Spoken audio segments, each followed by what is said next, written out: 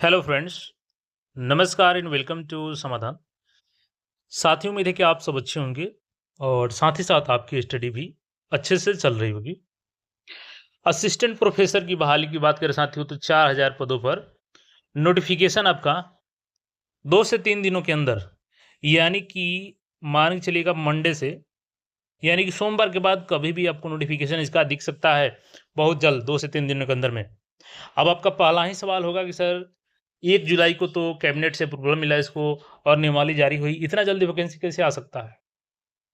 और दूसरी चीज़ कल हमने बताया था कि इसमें एग्ज़ाम लिया जाएगा, आज हम लिखे हैं कि देयर इज़ नो एग्ज़ाम, बिना एग्ज़ाम के सिलेक्शन होगा और पद की संख्या 4000। ये सारा कन्फ्यूज़न आपके मन में अभी आ रहा होगा कि ये कैसे पॉसिबल है?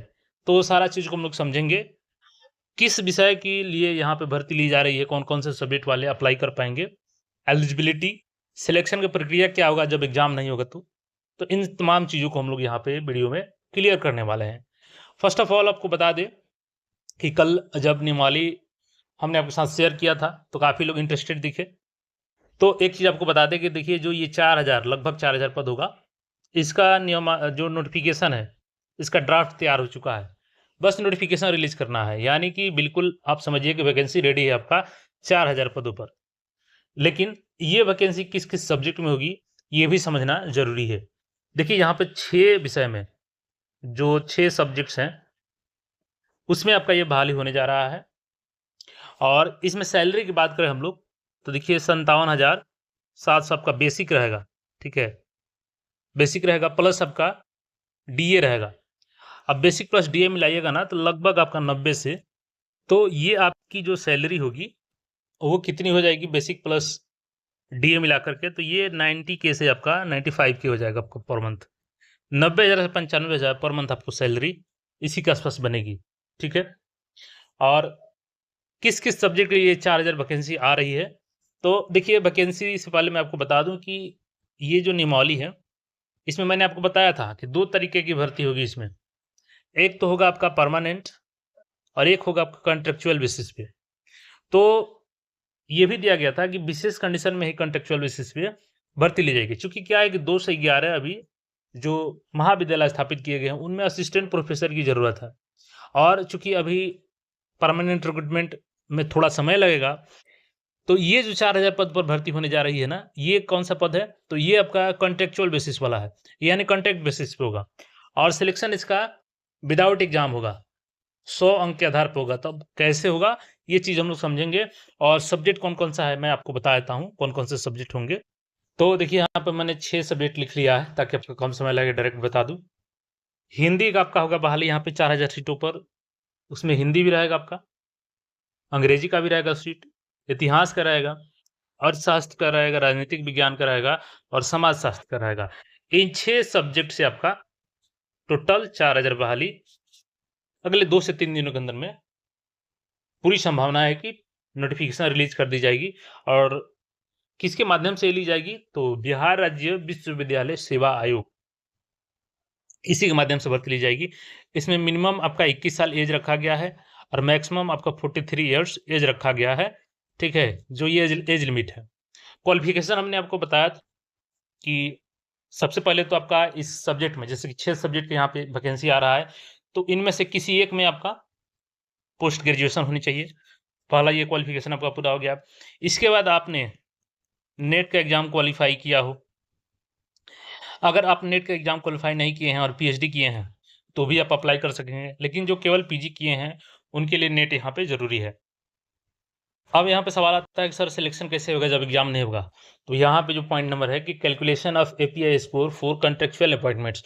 तो जो एपीआई स्कोर होगा आपका, उसी के आधार पर सिलेक्शन होगा। अब इसमें अगर आपने पीएचडी कर रखा है, तो 11 मार्क्स आपको यानी कि रिसर्च के लिए टोटल मैक्सिमम 22 अंक है, जिसमें से पीएचडी के लिए केवल 11 अंक है मैक्सिमम और जेआरएफ अगर किए हैं, तो भी 11 है आपका और नेट का अगर क्वालीफाई किए हैं साथ में, तो 8 मार्क्स आपका इसका मिल जाएगा, ठीक है? अब इसमें भी कंडीशन होगा, जैसे मान के चलिए आपने पीएचडी प्लस जेआरएफ कर रखा है, तो 22 नंबर ले जाइएगा। पीएचडी प्लस नेट किया है, तो 19 नंबर ले जाइएगा। अब इसके अलावा पोस्ट ग्रेजुएशन के लिए कैसे आपको मार्क्स मिलेगा? मैक्सिमम आप 26 मार्क्स ऑब्टेन कर सकते हैं। अगर आपका पीजी में 80% से ऊपर स्कोर है, तो 26 मार्क्स मिल जाएगा फुल में फुल। 70 से 80 के बीच में है, तो 23 मार्क 60 से 70 के बीच में 20, 55 से 60 के बीच में 17 और 50 से 60 के बीच में 17 किनको मिलेगा तो वो केवल SC/ST के होंगे। बाकी 55 से 60 में जो अन्य अभ्यर्थी होंगे उनको ही 17 नंबर मिलेगा। अब ग्रेजुएशन की बात करें तो यहाँ पे मैक्सिमम 17 है। अगर 80 प्लस आपका स्कोर है ग्रेजुएशन में तो 17 मार्क्स ले लीजिएगा फुल मार्क्स। 70 से 80 के बीच में 15, 60 से 70 13, 55 से 60 11, 45 से 55 9 और 45 से नीचे है तो एक भी मार्क्स आपको नहीं मिलेगा यहाँ पे। 10+2 का मैक्सिमम 13 स्कोर आपको मिल सकता है। मैट्रिकुलेशन का आपका मैक्सिमम 10 स्कोर मिल सकता है। और ये कैसे कैलकुलेट होगा तो मान के चलिए कि इंटरमीडिएट का आपका कैलकुलेट करना है तो आप लिखेंगे 13/100 गुने आपका जो परसेंटेज रहेगा, मान के चलिए आपका 80% है तो निकाल लीजिए इसमें डिवाइड करके आपका जो भी होगा। तो यानी कि 10 पॉइंट आपका 4 आ जाएगा यहाँ पे। अगर आपका 80% स्कोर है तो इतना नंबर मिलेगा। इसी प्रकार मैट्रिक का देखिएगा तो आपका 10/100 गुने मान के चलिए 80% है आपका स्कोर तो यहाँ पर 80 निकाल लीजिए। तो 8 मार्क्स यहाँ पे मिलेगा आपका 80% रहेगा तो इस प्रकार से आपका स्कोर मिल जाएगा। ये स्कोर कैलकुलेशन के लिए है। इसके अलावा आपका इंटरव्यू लिया जाएगा तो इंटरव्यू आपका टोटल 12 मार्क्स का होगा, 6 में ब्रेक किया जाएगा तो maximum 6 marks shall be awarded based on teaching skill आपका उसके आधार पर 6 मार्क्स मैक्सिमम मिल सकता है और बाकी जो इंटरेक्शन आपका कैसा है इंटरव्यूअर के साथ में उसके आधार पर मैक्सिमम 6 अंक मिल सकता है। तो इसको जोड़ करके आपका फाइनल मेरिट प्रिपेयर किया जाएगा और उसी के आधार पे 4000 भर्ती को अभी कंप्लीट किया जाएगा।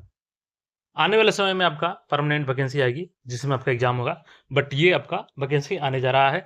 तो जो लोग भी किए हैं कमेंट करके बताइए कि कौन कौन से लोग पीजी किए हैं, साथ में आप लोग नेट किए हैं, क्योंकि जरूरी नहीं है कि सब लोग पीएचडी किए होंगे। तो बाकी मिलते हैं हम लोग फिर नए अपडेट में। चैनल को सब्सक्राइब करके जुड़े रहें।